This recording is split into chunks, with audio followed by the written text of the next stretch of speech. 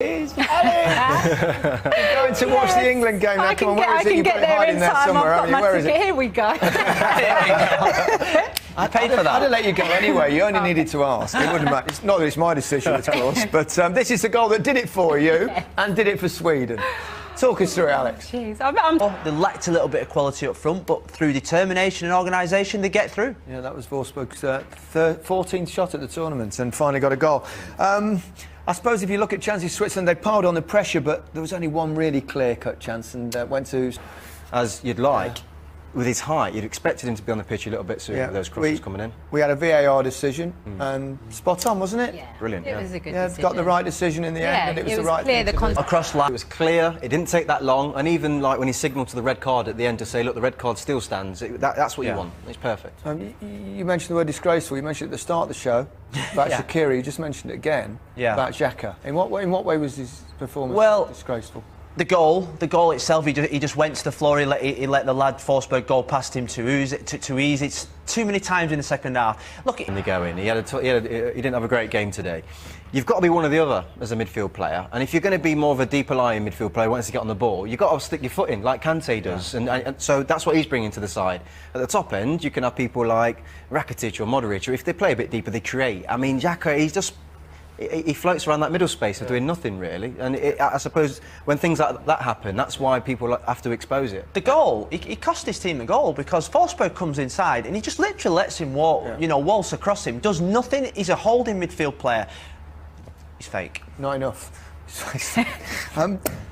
Sweden, you talked about the defensive capability. They have many examples of it. Really tough to break down. Result that they deserved in the end. Would you fancy playing Sweden in the quarter-final? Yes. World Cup? Yeah, I mean, when you see that side... If England managed to get past... I know or would Colombia fancy playing Sweden in the quarter-final? let's level it down. Yeah, correct. No, I actually think that, with the quality that Colombia and England have, they would relish playing against Sweden, although this World Cup just keeps surprising us. So. It really does. Let's head 8 miles northwest across Moscow to the Spartak Stadium. In case you hadn't heard, it's Colombia against England to decide the final team to make it through to the quarter-finals. And Gabby Logan and Danny Murphy are there for us. We are indeed, Gary. Not many other people here just yet. Temperature's a lot colder than any of the matches that England have played so far. A little bit more English, I think, Danny, isn't it? The question I want to ask you is, are you concerned at all that it's 9 days since the majority of this team who are expected to line up tonight have been involved in World Cup action? They've been off the pace for 9 days. I think it's a little bit of a worry in terms of the start of the game, because what we saw against Panama and Tunisia was that intensity and that energy that really we all admired and want to see again. And if you haven't played for that long, then it can be a little while before you get your legs going into the game, but hopefully not. I don't think any of those players would have chosen to be rested, but I do understand why. So we'll see how that goes. But no, I think that the later game latter stages isn't the worry. It's just the first 15, 20 minutes. And we know the nation has got very excited with the way this side of the draw has opened up, and people can't help themselves looking ahead. We know it's Sweden next in the quarter-final, and then beyond that, everybody's saying it's the best chance ever. Do the players say that to themselves? Are they able to just focus purely and simply on today against Colombia? How tough is that? I think it's inevitable that you start looking ahead. In tournament football, you start thinking that it could be your tournament because of the way the draw's gone.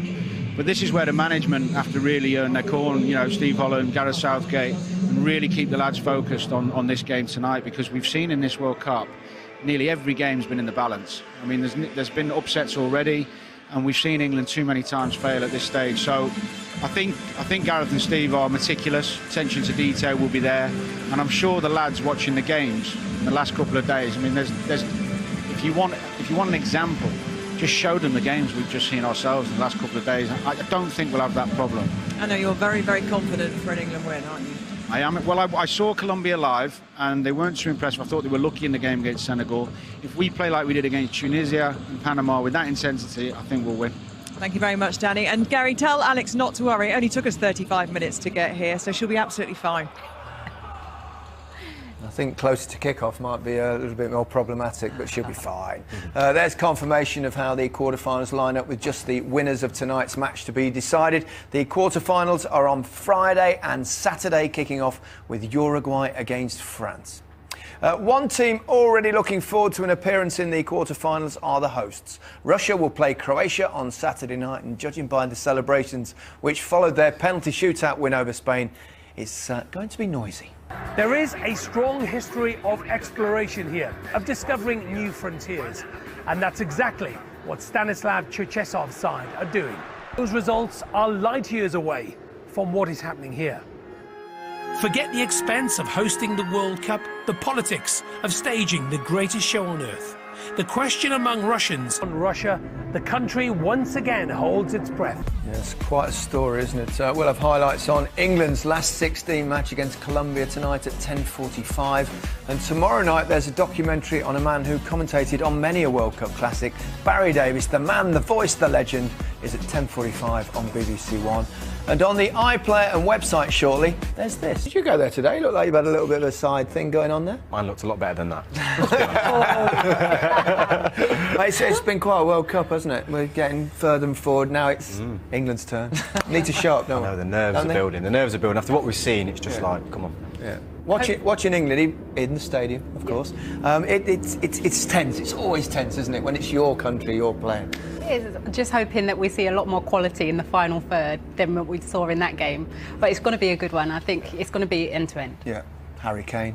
We've got quality in the final third. Yeah. England have, haven't they? Look, I think we're all scared looking at the draw to say this is our year, you know. So well, if ever there were a chance, if ever realistically, was a chance, this is it. Well, I just want us to play with the same freedom we showed against Panama and Tunisia, the same enjoyment, go out there and express themselves. And if they do, I'm really confident.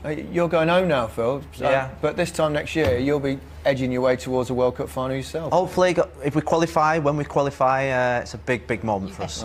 We'll qualify. It's been great working with you, Phil. Jermaine, thank you very much as well. Alex, go on. Off you go. I've got my ticket. Don't forget your ticket. Well, all right, she's off. So Sweden are through to the